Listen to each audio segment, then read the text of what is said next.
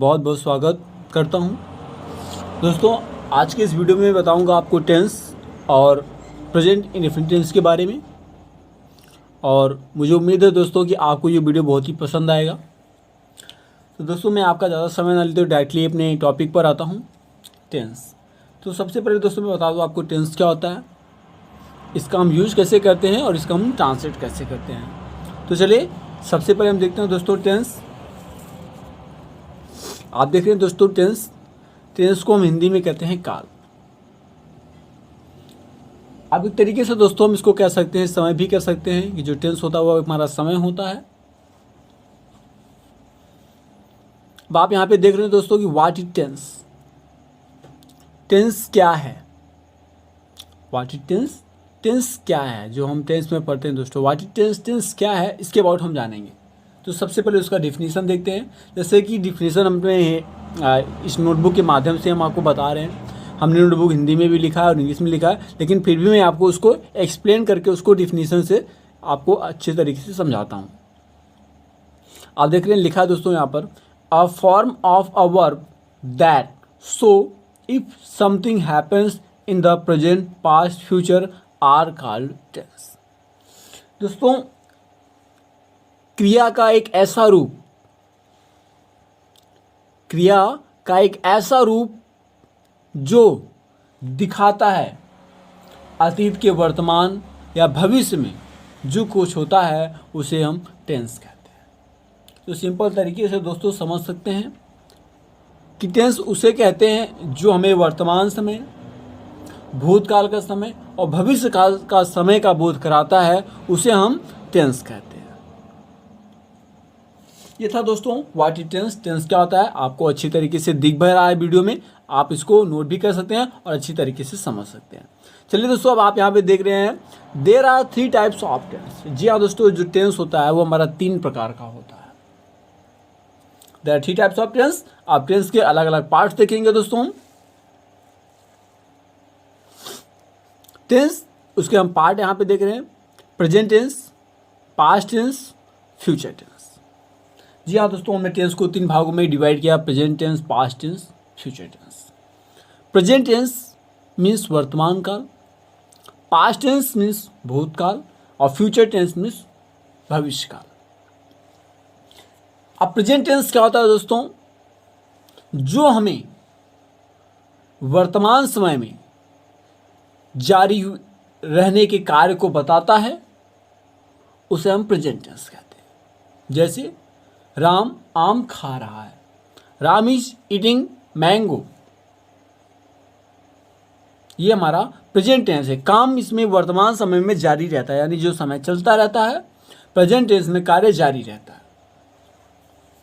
Past tense भूतकाल,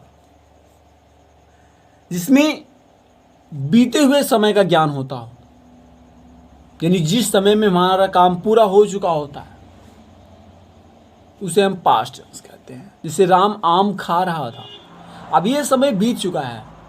राम आम खा रहा था तो राम आम खा चुका होगा या खा रहा होगा, लेकिन वो पास्ट टेंस है, बीत चुका है। जब हमने देखा था तो राम आम खा रहा था, लेकिन अभी हम राम को नहीं देख रहे हैं, इसलिए हमारा पास्ट टेंस है। फ्यूचर टेंस भविष्यकाल, ऐसा टेंस जो आने वाले समय का बोध कराता, आने वाले समय में कार्य होने का बोध कराता, उसे हम भविष्यकाल कहते हैं, यानी फ्यूचर टेंस कहते हैं। जैसे राम आम खाएगा, ये फ्यूचर टेंस है। अब फ्यूचर में आने वाले समय में राम आम खा भी सकता है और नहीं भी खा सकता है।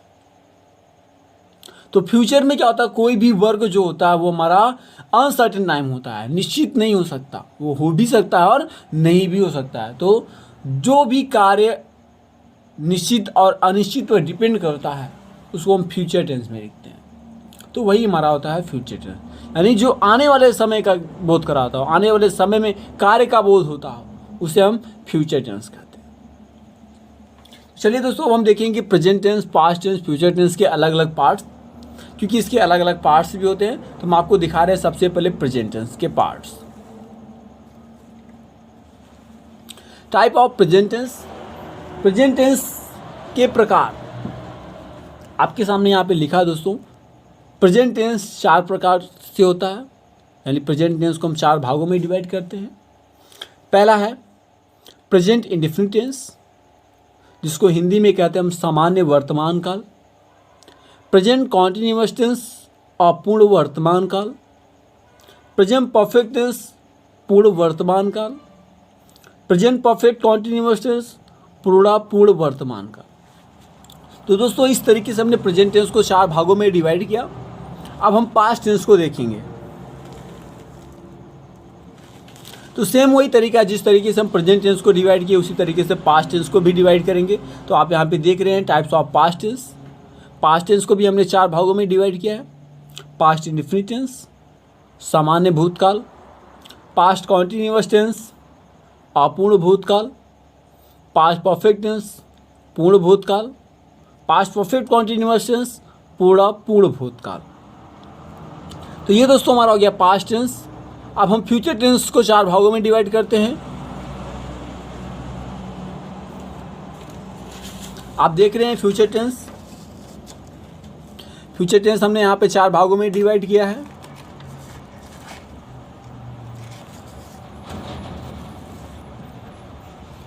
टाइप्स ऑफ फ्यूचर टेंस, यहाँ पे थोड़ा सा मिस्टेक है दोस्तों, TYPES होना चाहिए, हमने यहाँ पे लिखने में मिस्टेक की, आप समझ जाइएगा दोस्तों, क्योंकि हमने यहाँ पे आगे मीनिंग लिखा हुआ है। Types of future tense, future indefinite tense, सामान्य भूतकाल, सामान्य भविष्यकाल। फ्यूचर कॉन्टिन्यूअस टेंस, अपूर्ण भविष्यकाल। फ्यूचर परफेक्ट टेंस, पूर्ण भविष्यकाल। फ्यूचर परफेक्ट कॉन्टिन्यूअस टेंस, पूर्ण भूतकाल। दोस्तों ये हो गया टेंस और टेंस के अलग अलग प्रकार। यानी पहले टेंस को हमने 3 भागों में डिवाइड किया, present tense, past tense, future tense. फिर प्रेजेंट टेंस के 4 भागों में डिवाइड किया, फिर पास्ट टेंस के हमने 4 भाग डिवाइड किया और फ्यूचर टेंस के भी हमने 4 भाग डिवाइड किया।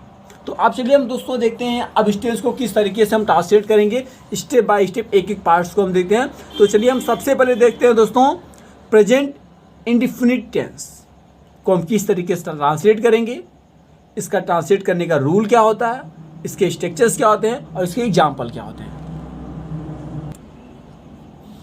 तो दोस्तों आप देख रहे हैं present indefinite tense. Present indefinite tense क्या होता है, प्रेजेंट इंडेफिनिट टेंस की आइडेंटिफिकेशन क्या होती है, पहचान क्या होती है, उसकी परिभाषा क्या होती है, ये पूरी डिटेल के साथ हम यहाँ पे देख रहे हैं। सबसे पहले हम यहाँ पे डिफिनीशन देख रहे हैं। डिफिनीशन क्या होता है दोस्तों, इस टेंस में किसी कार्य का वर्तमान समय में होना तथा किसी सजीव प्राणी के आदत को प्रकट किया जाता है। जी हाँ दोस्तों, जब भी हमारा प्रेजेंट इंडेफिनिट टेंस होता है तो उसमें हमें जो कार्य होता है हमारा वो वर्तमान समय में जारी रहता है और इसमें किसी भी सजीव प्राणी के आदत के बारे में पता चलता है। यानी लिविंग थिंग्स होता है, यहाँ पर लिविंग थिंग्स के हैबिचुअल एक्शन के विषय में पता चलता है कि जो प्राणी होता है वो उसकी कार्य करने की आदत क्या होती है। तो प्रेजेंट टेंस में हमें वर्तमान समय कार्य जारी रहता है और किसी भी सजीव प्राणी के आदत के विषय में पता चलता है। और दोस्तों इसकी पहचान क्या होती है कि किस तरीके से हम पहचानेंगे हमारा प्रेजेंट इंडेफिनिट टेंस है। तो आप पहचान में हेडिंग में देख रहे हैं, इसमें क्रिया के अंत में ता है, ती है, ते हैं आदि शब्द आते हैं। जी हाँ दोस्तों, जब भी आपको किसी भी सेंटेंस के अंत में ता है, ती है, ते हैं मिल जाता है तो वो हमारा प्रेजेंट इंडेफिनिट टेंस होता है। चलिए अब हम आपको दिखाते हैं इसके अलग अलग सेंटेंस और इसको किस तरीके से हम ट्रांसलेट करेंगे। तो दोस्तों आप सबसे पहले देख रहे हैं अफर्मेटिव सेंटेंस। जैसा कि आप जानते हैं सेंटेंस को हम 5 भागों में डिवाइड करते हैं। Affirmative sentence, negative sentence, interrogative sentence first, interrogative sentence second और इंट्रोगेटिव नेगेटिव सेंटेंस। तो हम यहाँ पे सबसे पहले पढ़ेंगे अफर्मेटिव सेंटेंस कि प्रेजेंट इंडेफिनिट टेंस के अफर्मेटिव सेंटेंस को किस तरीके से ट्रांसलेट करेंगे। तो यहाँ पर आप रूल देख रहे हैं, इसमें एक वचनकर्ता यानी सिंगुलर नंबर के साथ सहायक क्रिया को इंग्लिश में हम कहते हैं helping verb. Verb first form में यस या ईएस का प्रयोग करते हैं। जी हाँ दोस्तों, जब हमारा अफर्मेटिव सेंटेंस होता है तो प्रेजेंट इंडेफिनिट टेंस के सिंगुलर नंबर सब्जेक्ट के साथ वर्ब में हम यस या ईएस का प्रयोग करते हैं। रूल नंबर सेकेंड, इसमें बहुवचनकर्ता यानी प्लूरल नंबर सब्जेक्ट के साथ वर्ब फर्स्ट फॉर्म में सहायक क्रिया यस या ईएस का प्रयोग नहीं करते हैं। जी हाँ दोस्तों, केवल यस या ईएस का प्रयोग हम अफर्मेटिव सेंटेंस में सिंगुलर नंबर सब्जेक्ट के साथ ही करेंगे। प्लूरल नंबर सब्जेक्ट के साथ हम यस या ईएस का प्रयोग नहीं करेंगे। अब दोस्तों सिंगुलर नंबर क्या होता है, प्लूरल नंबर क्या होता है, इसके अबाउट हम जानेंगे। Singular number subject he she it name, he हो गया, सी हो गया, इट हो गया, नेम हो गया, ये हमारे सिंगुलर नंबर सब्जेक्ट होते हैं। Plural number subject you, we, I, they, ये दोस्तों हमारे क्या होते हैं, प्लूरल नंबर सब्जेक्ट होते हैं। अब आपको ये दोस्तों हमारे हो गए प्लूरल नंबर सब्जेक्ट, लेकिन मैं आपको दोस्तों एक नोट पॉइंट दिखाता हूं कि कब हम हेल्पिंग वर्ब यस या ईएस का प्रयोग अफर्मेटिव सेंटेंस में किस किस वर्ड के साथ हम करते हैं। तो चलिए हम आपको नोट पॉइंट में दिखा रहे हैं दोस्तों, और उम्मीद है आपको ये वीडियो बहुत ही अच्छी तरीके से समझ आएगा, क्योंकि यूट्यूब पर आपको ऐसा वीडियो देखने को नहीं मिलेगा जो स्टेप बाय स्टेप एक रूल आपको डिफाइन करेगा और समझाएगा आपको स्टेप बाय स्टेप। और मैं अपने इस नोटबुक के माध्यम से आपको एक एक पॉइंट, आपको एक एक रूल आपको टेंस का समझाऊंगा ताकि आपको बेटर तरीके से समझना है। तो दोस्तों आप नोट पॉइंट में देख रहे हैं A, E, I, O, U, S, double S, S, H, C, H. अगर अफर्मेटिव सेंटेंस के सिंगुलर नंबर सब्जेक्ट के शब्द के अंत में आते हैं तो ई एस का प्रयोग करते हैं, अदर के साथ एस का प्रयोग करते हैं। अब दोस्तों आपको फिर से समझा देता हूं। अफर्मेटिव सेंटेंस में जब सिंगुलर नंबर सब्जेक्ट का जो वर्ब होता है उस वर्ब का लास्ट लेटर्स, अंतिम अक्षर अगर इन सभी वर्ड में से मैच करता रहता है तो उसके साथ हम हेल्पिंग वर्ब ई एस का प्रयोग करते हैं। अगर इस वर्ड से मैच नहीं करता है तो उस वर्ब के साथ हम हेल्पिंग वर्ब एस का प्रयोग करेंगे। जैसे फॉर एग्जांपल मैं आपको दिखा देता हूं, प्ले। प्ले मीन्स खेलना, जो इसकी इंग्लिश होती है PLAY। अब प्ले मीन्स खेलना, प्ले का जो लास्ट लेटर होता है वो क्या होता है, वाई। अब यहां पे देखिए, क्या इस वर्ड में आपको कहीं पे वाई मैच कर रहा है, नहीं मैच कर रहा है, तो वहां पर हम प्ले के साथ सिंगुलर नंबर सब्जेक्ट में हेल्पिंग वर्ब एस का प्रयोग करेंगे, not yes. Go, for example go means जाना। अभी गो एक वर्ब है, क्रिया है जो एक सब्जेक्ट के माध्यम से किया जाता है।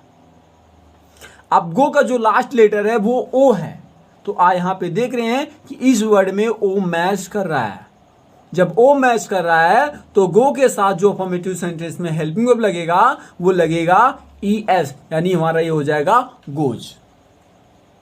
तो आपको दूसरे समझ में आया होगा, इनमें से कोई भी वर्ड अगर आपको अफर्मेटिव सेंटेंस के सिंगुलर नंबर सब्जेक्ट के वर्ब के साथ लास्ट लेटर में मैच करता है तो उसके साथ हम ई एस का प्रयोग करेंगे, और नहीं मैच करता है तो एस का प्रयोग करेंगे। तो चलिए दोस्तों मैं आपको इसका स्ट्रक्चर दिखाता हूं और इसके एग्जाम्पल्स बताता हूं। दोस्तों आप यहाँ पे स्ट्रक्चर्स देख रहे हैं। स्ट्रक्चर्स मीन्स क्या होता है दोस्तों, स्ट्रक्चर्स मीन्स होता है ढांचा। अब आप सोचते होंगे सर ये स्ट्रक्चर्स किस लिए हम बनाते हैं। दोस्तों जब भी हम कोई भी वर्क स्टार्ट करते हैं, सपोज दैट अगर हमें कोई घर का निर्माण करना है तो घर के निर्माण करने के लिए हम सबसे पहले एक मैनेजमेंट बनाते हैं कि घर को मैंने बनाने के लिए हमको कितना पैसा लगेगा, कौन से सामान की ज़रूरत पड़ेगी, बालू, ईंट, सीमेंट, सरिया, मनी, ये जो भी चीज़ें हमको इम्पोर्टेंट होती है घर बनाने के लिए, सबसे पहले हम उसका मैनेजमेंट करते हैं, तब जा कर के हम घर बनाने का निर्माण करते हैं। तो उसी तरीके से हम सबसे पहले स्ट्रक्चर्स बना लेते हैं कि किसी भी टेंस को, किसी भी सेंटेंस को हिंदी टू इंग्लिश या इंग्लिश टू हिंदी में ट्रांसलेट करना है तो कौन कौन से रूल फॉलो किए जाएंगे, कौन सा वर्ड पहले लिखा जाएगा, कब हेल्पिंग वर्ब लगेगा, कब ऑब्जेक्ट लगेगा। तो इसलिए हम यहाँ पर स्ट्रक्चर्स बनाते हैं। तो जैसा कि आप स्ट्रक्चर्स में देख रहे हैं, सबसे पहले सब्जेक्ट। अब सब्जेक्ट क्या होता है दोस्तों? कर्ता। जो कार्य को करता है वही हमारा सब्जेक्ट होता है। जैसे मैं किताब पढ़ता हूँ, तो मैं जो यहाँ पे एक वर्ड है वो हमारा सब्जेक्ट है। वर्ब फर्स्ट फॉर्म यहाँ पे देख रहे हैं, जो काम किया जाता हो। जैसे मैंने कहा एग्जाम्पल, मैं किताब पढ़ता हूँ, तो मैं काम कर रहा हूँ पढ़ने का, तो पढ़ना वहाँ पर एक वर्ब है। अब ये उसके साथ हम हेल्पिंग वर्ब यस या यस का प्रयोग करेंगे। केवल एस या एस का प्रयोग केवल हम अफर्मेटिव सेंटेंस के सिंगुलर नंबर सब्जेक्ट में ही करेंगे। ऑब्जेक्ट कर्म, कि सब्जेक्ट जो कार्य कर रहा है वो किसके माध्यम से किया जा रहा है, उसको हम ऑब्जेक्ट कहते हैं। जैसे मैं किताब पढ़ता हूँ, मैं काम कर रहा हूँ पढ़ने का, लेकिन क्या कर रहा हूँ? किताब पढ़ रहा हूँ। तो किताब वहाँ पर हमारा क्या है? ऑब्जेक्ट है। अदर, कुछ और भी वर्ड अगर मैच करते हैं तो हमारे अदर में चले जाते हैं। तो सबसे पहले हमको सब्जेक्ट लिखना है, verb first form, helping verb yes या यस का प्रयोग करना है, ऑब्जेक्ट प्लस अदर। तो चलिए मैं आपको एग्जाम्पल दिखाता हूँ। जैसा कि मैंने आपके सामने एग्जाम्पल भी राइट किया हुआ है। वह कपड़े धोती है, वह कपड़े धोती है। तो यहाँ पे देखिए सबसे पहले सब्जेक्ट, काम कौन कर रहा है? वह कर रहा है। अब वह यहाँ पे हमारा एक स्त्री लेंगे क्योंकि वह कपड़े धोती है, तो वह के लिए हम यहाँ पे यूज करेंगे सबसे पहले सी। अब उसके बाद वर्ब फर्स्ट फॉर्म, काम क्या कर रहे हैं? यहाँ पे धोने का काम कर रहा है, वॉश।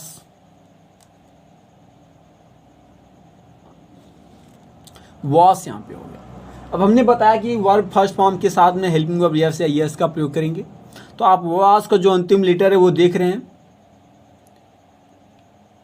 एस एच है। तो ये जो हमने आपको नोट पॉइंट लिखाया था, A E I O U S double S S H C S, इससे मैच कर रहा है, तो इसके साथ हम ई एस का प्रयोग करेंगे। वॉश, क्या साफ कर रहा है? Cloth, cloth. She wash cloth, वह कपड़े धोती है। तो यहाँ पे वह हमारा क्या है? सब्जेक्ट है। धोना हमारा यहाँ पे वर्ब है और ऑब्जेक्ट यहाँ पर हमारा कपड़ा है।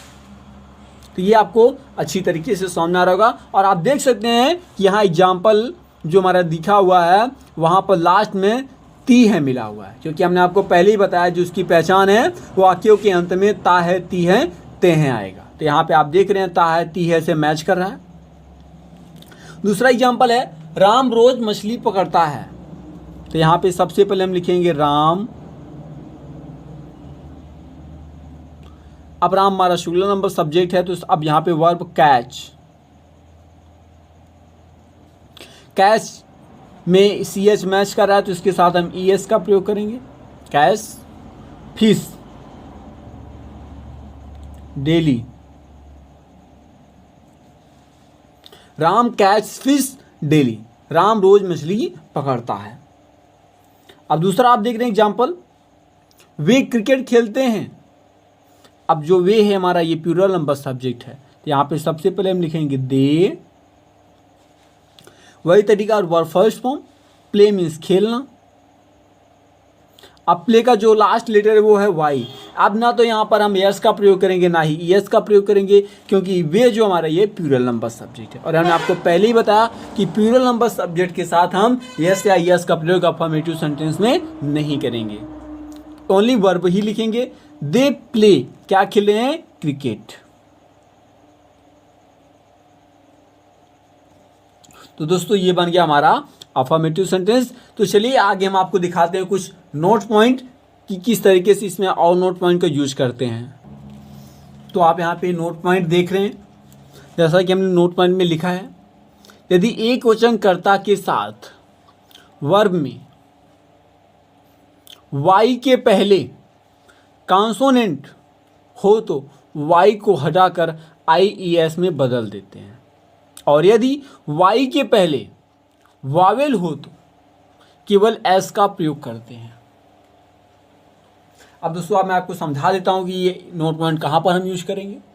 दोस्तों जब भी कोई वर्ब हो और उस वर्ब का लास्ट लेटर वाई हो और वाई के पहले कोई भी वावेल लेटर हो, तो जब हम उसमें यस या ईएस को ऐड करते हैं तो वहाँ पे केवल हम यस या ईएस ही ऐड करेंगे।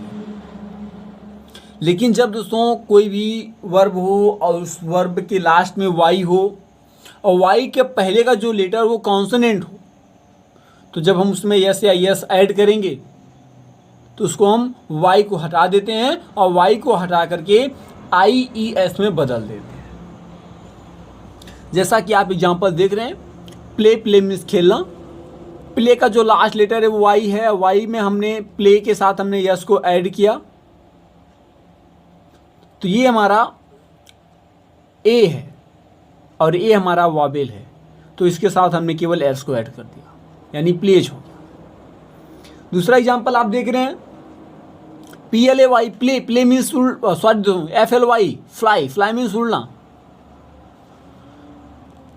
लास्ट लेटर वाई, लेकिन वाई से पहले देख रहे हैं आप एल है, और जो एल है वो हमारा कॉन्सोनेंट है। और जब इसमें हमने एस को ऐड किया तो वाई को हमने हटा दिया और वाई को हटाकर हमने आई एस में बदल दिया, क्योंकि यल जो हमारा वो है कॉन्सोनेंट है। तो जब भी वाई के पहले ए रहेगा तो उसमें हम यस या यस को ऐड कर देंगे, लेकिन जब भी वाई के पहले कॉन्सोनेंट होगा कोई भी लेटर, तो जब यस या यस ऐड करेंगे तो वाई को हटा करके आई एस में बदल देंगे। चलिए और भी, तो आप यहाँ पे और भी नोट पॉइंट देख रहे हैं। जैसा कि नोट पॉइंट हमने लिखा हुआ है, डेली, एवरीडे का प्रयोग प्रेजेंट इंडेफिनिट टेंस में करते हैं। जहाँ दोस्तों जो डेली होता है या एवरीडे होता है, इन सब का प्रयोग केवल हम प्रेजेंट इंडेफिनिट टेंस में करते हैं। यह रूल पॉइंट फर्स्ट है। और सेकंड पॉइंट में आप देख रहे हैं दोस्तों, seldom, always, frequently, often, regularly का प्रयोग केवल प्रेजेंट इंडेफिनिट टेंस में ही करते हैं। जी हाँ दोस्तों, इसका भी प्रयोग हम केवल प्रेजेंट इंडेफिनिट टेंस में भी करते हैं। लेकिन खास दोस्तों ये दोस्तों, जब भी सेल्डम, ऑलवेज, फ्रिक्वेंटली, ऑफन या रेगुलरली ऐसे वर्ड हमारे सेंटेंस में आ जाते हैं तो इनका प्रयोग हम सब्जेक्ट के तुरंत बाद ही प्रयोग करते हैं। सेल्डम आपको किसी सेंटेंस में मिल जाता है, ऑलवेज मिल जाता है, फ्रीक्वेंटली मिल जाता है, ऑफन मिल जाता है, रेगुलरली मिल जाता है, तो उसमें से जो ये वर्ड है उसका प्रयोग हम सब्जेक्ट के तुरंत बाद यूज कर देते हैं।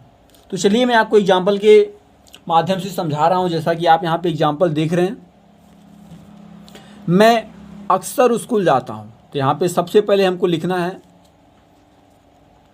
आई, क्योंकि यहाँ पे आई हमारा सब्जेक्ट है। आई को हम प्लूरल नंबर में लेके जाते हैं, तो इसके साथ हम ना तो यस का प्रयोग करेंगे ना ही यस का प्रयोग करेंगे। अब यहाँ पे आई, लेकिन यहाँ पे अक्सर मिल रहा है यहाँ पर, तो ऑफन मीन्स अक्सर, तो यहाँ पर हम सबसे पहले लिखेंगे ऑफन, आई ऑफन,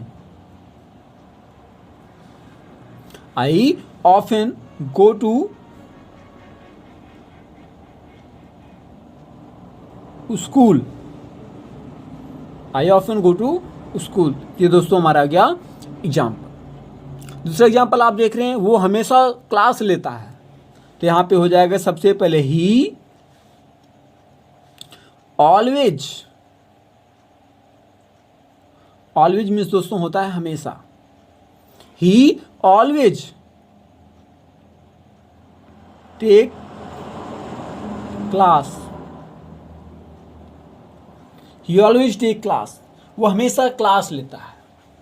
तो दोस्तों जब भी सेल्डम, ऑलवेज, फ्रिक्वेंटली, ऑफन या रेगुलरली आपको मिलता है तो उसका प्रयोग हम सब्जेक्ट के तुरंत बाद ही प्रयोग करें। तो चलिए और भी नोट पॉइंट हम देखते हैं। अब आपको ले चलते हैं नेगेटिव सेंटेंस में कि इस तरीके से हम प्रेजेंट इंडेफिनिट का नेगेटिव सेंटेंस ट्रांसलेट करते हैं। तो आप यहाँ पे देख रहे हैं नेगेटिव सेंटेंस। नेगेटिव सेंटेंस क्या होता है दोस्तों, सेम अफर्मेटिव सेंटेंस के जैसे इसको हम ट्रांसलेट करते हैं, बस इसमें एक वर्ड आ जाता है नहीं शब्द। तो जब नहीं शब्द आ जाता है तो वो हमारा नेगेटिव सेंटेंस हो जाता है। तो आप नेगेटिव सेंटेंस का रूल देख रहे हैं, प्रेजेंट इंडेफिनिट टेंस के नेगेटिव सेंटेंस और इंट्रोगेटिव सेंटेंस में सहायक क्रिया डू या डज का प्रयोग करते हैं। जी हाँ दोस्तों, जब अफर्मेटिव सेंटेंस रहता है तो हेल्पिंग वर्ब में यस या यस का प्रयोग करते हैं, लेकिन जब निगेटिव या इंट्रोगेटिव सेंटेंस हो जाता है तो वहाँ पर हेल्पिंग वर्ब हम डू या डज का प्रयोग करते हैं, यानी सिंगुलर नंबर सब्जेक्ट के साथ डज और प्लूरल नंबर सब्जेक्ट के साथ हम डू का प्रयोग करते हैं। तो आप देख रहे हैं ही सी इट नेम के साथ हम डज का प्रयोग करते हैं तथा आई यू वी दे के साथ डू का प्रयोग करते हैं और वर्ब का फर्स्ट फॉर्म प्रयोग करते हैं, यानी ये हमारा सिंगुलर नंबर सब्जेक्ट होता है और ये प्लूरल नंबर सब्जेक्ट होता है। सिंगुलर नंबर सब्जेक्ट के साथ डज और प्लूरल नंबर सब्जेक्ट के साथ हम डू का प्रयोग करते हैं। तो चलिए हम स्ट्रक्चर के अकॉर्डिंग समझते हैं। तो स्ट्रक्चर में आप देख रहे हैं सबसे पहले सब्जेक्ट लिखना है, उसके बाद हेल्पिंग वर्ब डू या डज का प्रयोग करना है, उसके बाद नॉट का प्रयोग करना है, वर्ब फर्स्ट फॉर्म लगाना है, ऑब्जेक्ट और अदर, सेम अफर्मेटिव सेंटेंस के जैसे ही है। तो सबसे पहले हमको यहाँ पे आप देख रहे हैं एग्जाम्पल में वे किताब नहीं पढ़ते हैं, तो जो वे है यहाँ पर हमारा सब्जेक्ट है, तो सबसे पहले सब्जेक्ट यहाँ पे लिखेंगे दे।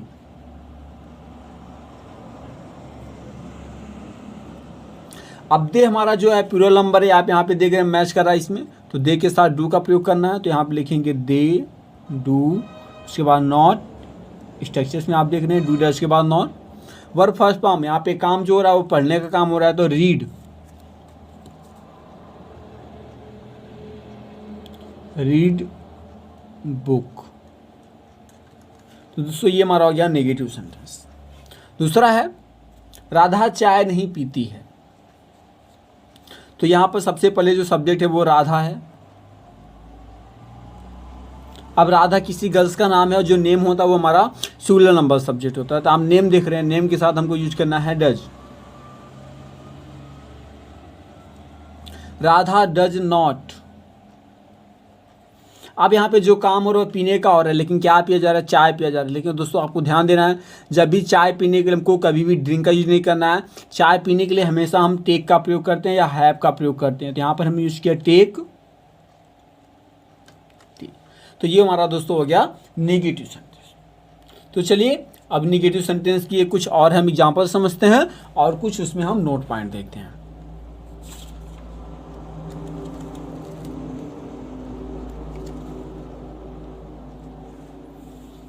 नोट पॉइंट में आप देख रहे हैं दोस्तों कभी नहीं, कभी नहीं शब्द के लिए नॉट का प्रयोग ना करके नेवर का प्रयोग करते हैं और नेवर के साथ डू डज का प्रयोग ना करके एक वचनकर्ता के साथ वर्ब में यस या यस का प्रयोग करते हैं। जी हाँ दोस्तों, जब भी कभी नहीं शब्द किसी सेंटेंस में आ जाता है तो वहाँ पर नहीं के लिए हम कभी नॉट का प्रयोग नहीं करेंगे, वहाँ पर हम नेवर का प्रयोग करेंगे, क्योंकि नेवर मीन्स होता है कभी नहीं, इसलिए हमें वहाँ पर अलग से नॉट का प्रयोग नहीं करना होता है। और जब भी हम नेवर का प्रयोग करते हैं तो हेल्पिंग वर्ब हम डू या डज का प्रयोग ना करके वर्ब फर्स्ट फॉर्म के साथ हम यस या यस का प्रयोग करते हैं, यानी इसमें हम प्रेजेंट इंडेफिनिट टेंस के अफर्मेटिव सेंटेंस का रूल फॉलो करते हैं। तो चलिए उसके एग्जाम्पल भी हम समझ लेते हैं। जैसा कि देखिए हमने यहाँ पे एग्जाम्पल लिखा हुआ है, तुम कभी धोखा नहीं देते हो। तो यहाँ पर देखिए कभी नहीं शब्द आया हुआ है, तो हमने सबसे पहले यहाँ पे जो सब्जेक्ट है वो तुम है, तुम को हमने यहाँ पे लिखा यू, और यू के बाद हमने यहाँ पे यूज किया नेवर, क्योंकि नेवर मीन्स कभी नहीं। नेवर का प्रयोग हमेशा सब्जेक्ट के तुरंत बाद ही यूज किया जाएगा। यू नेवर, और काम यहाँ पे हो रहा है धोखा देना, तो चीट मतलब होता है धोखा देना, और चीट के साथ हम यस या यस का प्रयोग नहीं करेंगे, क्योंकि जो यू है, यू हमारा ये प्लूरल नंबर है और प्लूरल नंबर के साथ हम यस या यस का प्रयोग नहीं करते हैं। दूसरा एग्जाम्पल आप देख रहे हैं, वह कभी बाजार नहीं जाती है, तो सी मीन्स वह, ये हमारा सब्जेक्ट है, कभी नहीं नेवर, काम है जाना, गो में जाना, गो के साथ हमने यस या यस का प्रयोग किया। सी नेवर गोज टू, कहाँ जा रही है, मार्केट, तो सी नेवर गोज टू मार्केट, वह कभी बाजार नहीं जाती है। तो ये दोस्तों ये हमारा हो गया कभी नहीं का एक नोट पॉइंट और इंपॉर्टेंट सेंटेंस। तो चलिए हम आपको कुछ मोस्ट इंपॉर्टेंट में दिखा रहे हैं।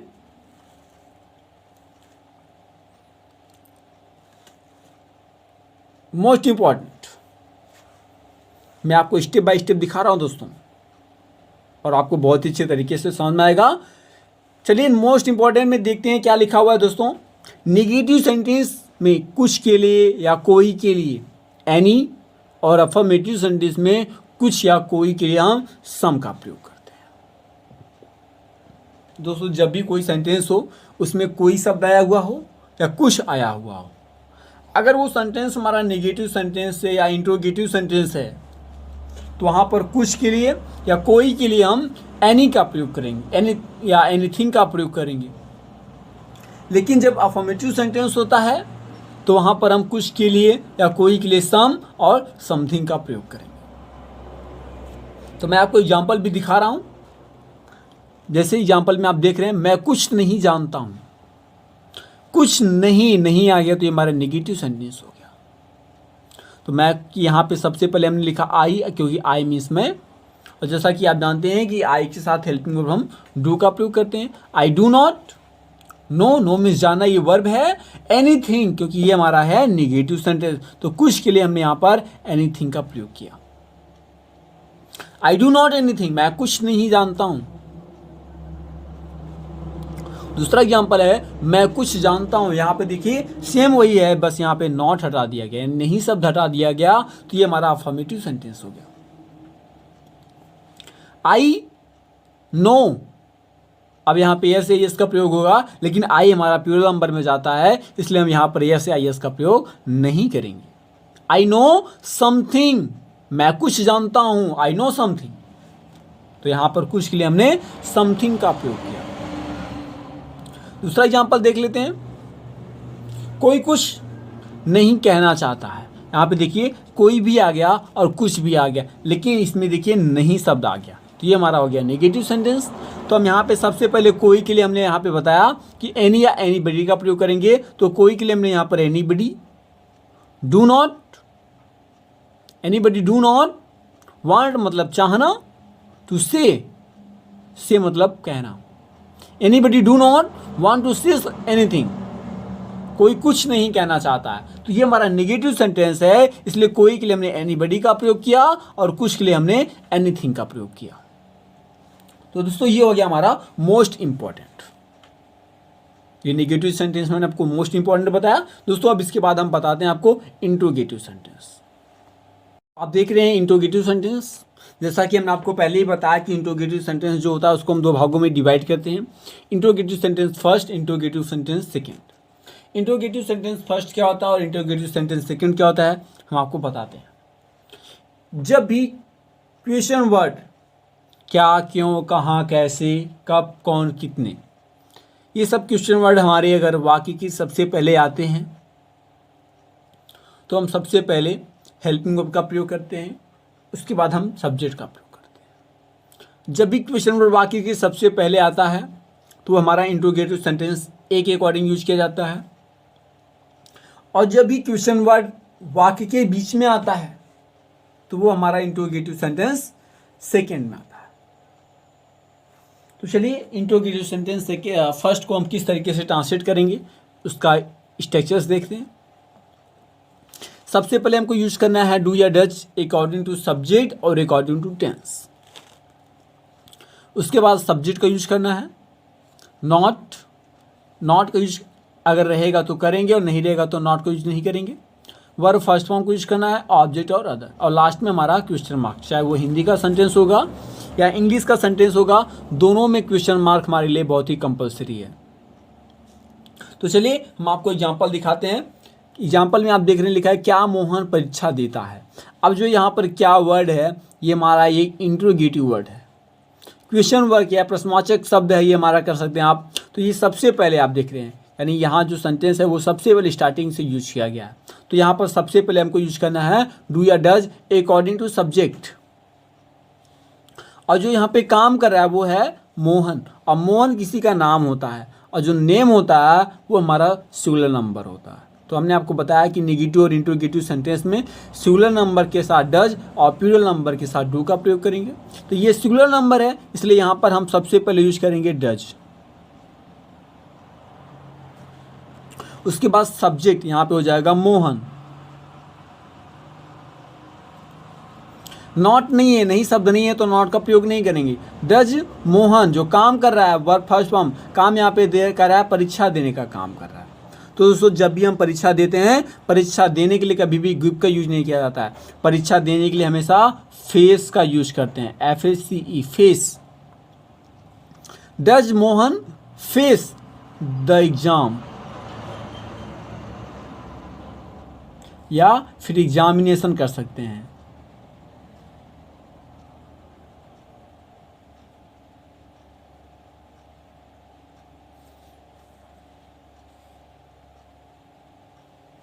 The examination, does Mohan face the examination, और लास्ट में हमारा हो जाएगा क्वेश्चन मार्क। तो इस तरीके से हम इसको ट्रांसलेट करते हैं।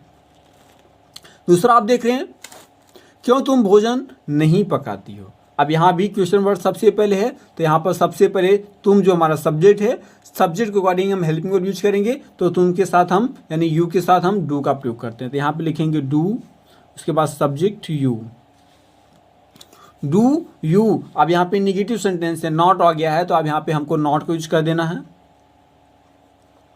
Do you not, verb first form, काम यहाँ पे हो रहा है पकाने का, तो भोजन पकाने के लिए कुक का प्रयोग करेंगे, कुक द फूड, और लास्ट में हमारा हो जाएगा क्वेश्चन मार्क। तो दोस्तों ये हो गया do you not cook the food, क्यों तुम भोजन नहीं पकाती हो। तो दोस्तों ये हो गया हमारा इंट्रोगेटिव सेंटेंस ए। अब चलिए हम आपको दिखाते हैं इंट्रोगेटिव सेंटेंस बी। तो आप यहाँ पे देख रहे हो दोस्तों इंट्रोगेटिव सेंटेंस बी का स्ट्रक्चर्स, क्योंकि इंट्रोगेटिव सेंटेंस में क्वेश्चन वर्ड बीच में आता है, और जब भी क्वेश्चन वर्ड बीच में आता है तो सबसे पहले हम उस क्वेश्चन वर्ड की इंग्लिश लिखते हैं, उसके बाद हेल्पिंग वर्ड। तो आप यहाँ पे देख रहे हैं सबसे पहले क्वेश्चन वर्ड QW, जो भी क्वेश्चन वर्ड रहेगा उसकी इंग्लिश, उसके बाद डू या डज, सब्जेक्ट नॉट रहेगा तो यूज करेंगे, नहीं रहेगा तो नहीं करेंगे, verb first form, object plus other, और लास्ट में क्वेश्चन मार्क्स।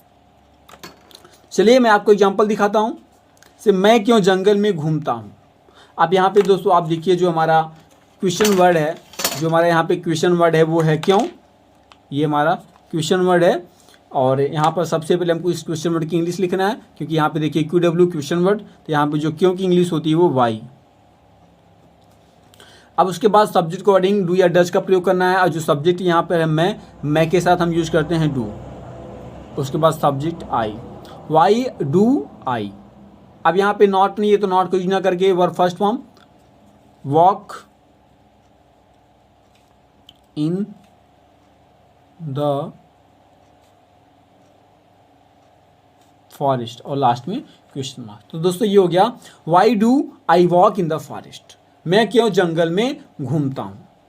तो सबसे पहले हमने क्वेश्चन वर्ड की इंग्लिश लिखा, उसके बाद हेल्पिंग वर्ब, फिर सब्जेक्ट, फिर वर्ब, फिर ऑब्जेक्ट या अदर। चलिए दूसरा एग्जाम्पल देखते हैं। जैसे दूसरा एग्जाम्पल है, वे कैसे रामायण पढ़ते हैं। तो सबसे पहले यहाँ पर देखना जो हमारा क्वेश्चन वर्ड है वो है कैसे। तो यहाँ पर हम सबसे पहले कैसे की इंग्लिश लिखेंगे, तो कैसे की इंग्लिश जो होती है वो होता है हाउ। अब हाउ के साथ देखना दोस्तों जहाँ पे जो सब्जेक्ट है वो है वे, तो वे भी हमारा प्लूरल नंबर होता है, तो प्लूरल नंबर के साथ हम डू का प्रयोग करेंगे, हाउ डू, उसके बाद सब्जेक्ट यहाँ पे हो जाएगा दे, हाउ डू दे। अब यहाँ पे जो काम हो रहा है वो पढ़ना है। अब पढ़ना क्या है दोस्तों, रामायण। अब इस चीज़ आपको ध्यान देना दोस्तों, जब भी हम कोई भी धार्मिक किताबें पढ़ते हैं तो धार्मिक किताब पढ़ने के लिए हम रिसाइडर का प्रयोग करते हैं, नॉट रीड। यहाँ पे हम रिसाइडर का प्रयोग करेंगे, RISDER, रिसाइडर। रिसाइडर मीन्स यहाँ पे हम रामायण पढ़ने के लिए, कोई भी आर्थिक किताब, कुरान, गीता, ये सब पढ़ने के लिए हम यहाँ पे रिसाइडर का प्रयोग करेंगे। How do they recite Ramayana, और लास्ट में हमारा हो जाएगा question mark, how they recite Ramayana, वे कैसे रामायण पढ़ते हैं। तो दोस्तों ये हो गया हमारा इंट्रोगेटिव सेंटेंस सेकंड पार्ट। सबसे पहले question word, helping verb, subject, verb, फिर ऑब्जेक्ट। तो दोस्तों आज के लिए इस वीडियो में बस इतना ही। दोस्तों अगर आपको हमारा वीडियो पसंद आता है तो आप हमारी वीडियो को लाइक करिएगा, सब्सक्राइब करिएगा और बेल आइकन को भी प्रेस करिएगा। और जी हाँ दोस्तों, आप हमारे डिस्क्रिप्शन बॉक्स में जा करके हमने एक वीडियो का लिंक दिया हुआ है, अब उस वीडियो को ओपन करके उस वीडियो की डिस्क्रिप्शन बॉक्स में जा करके active voice and passive voice सारे पार्ट्स आप देख सकते हैं, और बहुत ही अच्छी तरीके से एवं सरल भाषा में active voice and passive voice समझ सकते हैं। तो आज के लिए बस इतना ही दोस्तों, नमस्कार।